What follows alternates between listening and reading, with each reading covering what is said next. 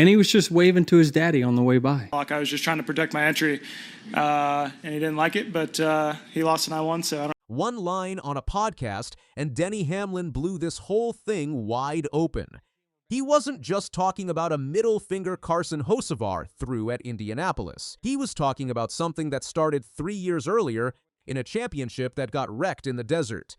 To understand why Hamlin came out swinging, we have to go back to where this all began. Lap 91, Brickyard 400, Indianapolis Motor Speedway. Carson Hocevar was a lap down after an early pit stop. Corey Heim was out front, leading the race and heading toward pit road. Right as Heim came down pit road, Hocevar rolled up next to him at nearly 180 miles an hour and stuck his middle finger out the window. TV caught the whole thing. In minutes, nobody was talking about anything else. And here's the part that made it worse.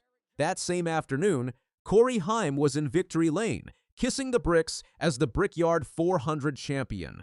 Carson Hocevar, who had started the race on the pole, finished 9th. Now rewind to the start of the day, because there's more to this than one gesture. Hocevar was fast, genuinely fast. He grabbed the pole and led laps early, and his team had real reason to believe this could be their race. Heim, meanwhile, was only in his 15th career Cup start, driving part-time, but he was hot. He'd already picked up his first career win back in June at Naval Base Coronado. This wasn't some random mid-pack battle. This was two drivers who both had a shot at a crowned jewel race, and the Brickyard 400 is exactly that. It's one of the biggest races on the whole calendar.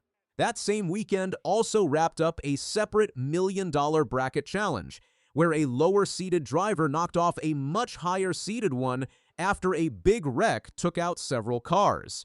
So the stakes at Indianapolis were already sky-high before Hocevar ever put his hand out the window.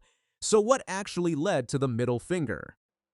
Hocevar pitted from the lead in Stage 1, got boxed in by traffic, and lost a lap he never got back. Later, during a pit cycle in Stage 2, he cycled back onto the track right behind Heim, who was leading. Heim immediately went into block mode, and no matter what Hocevar tried, he couldn't get around him. Here's the detail that made it personal. Just minutes before this, Heim had let his own team owner, Denny Hamlin, drive on by without any resistance at all. Hocevar didn't get that same treatment. A few laps later, as Heim finally dove for pit road, an angry Hocevar gave him the finger that would end up all over social media by the end of the day. But none of this started at Indianapolis. To find where the real bad blood began, go back to 2023, to the Truck Series Championship race at Phoenix Raceway. 4 drivers came into that night with a shot at the title, and track position mattered more than anything. Heim passed Hocevar for 6th place on lap 120, which made him the highest-running title contender on track and put him in position to win it all. Almost immediately after being let through, Hocevar bumped him, then made contact that spun him out and killed his championship shot completely. Hocevar sounded genuinely sorry on the radio, calling it an accident. Heim didn't see it that way. Later in the same race, he got even, shoving Hocevar into the wall and wrecking his truck. Neither of them ended up winning the title that night. Someone else did. But that's the night this whole thing was born. Heim later summed it up in one line. "He wiped me out for a championship." He said he doesn't hate Hocevar. He just isn't giving him an inch on the track. Since Phoenix, these two have taken completely different roads, and that's exactly what makes this feud so watchable. Hocevar has leaned all the way into being the loose cannon. He races aggressive, talks his mind, and doesn't apologize for either one. He's compared himself to a young Dale Earnhardt, and his wild charge to the front win at Talladega backed that up. Heim is the opposite. Steady, patient, businesslike. He finally landed that Truck Series title last year, setting records on his way there, and he's now locked in to drive full-time for 2311 Racing after coming up through their development program. The team's competition director has praised how disciplined Heim's been, turning down other full-time offers so he could take the slower, more prepared route. One guy runs on chaos, the other runs on control. and somehow they keep ending up next to each other on the racetrack. That happened again in June at Naval Base Coronado. Hocevar was running second with Heim breathing down his neck. Heim bumped him through the chicane, spun him out, and dropped him to 19th after he'd started on the front row. Heim went on to win his first career cup race that same day.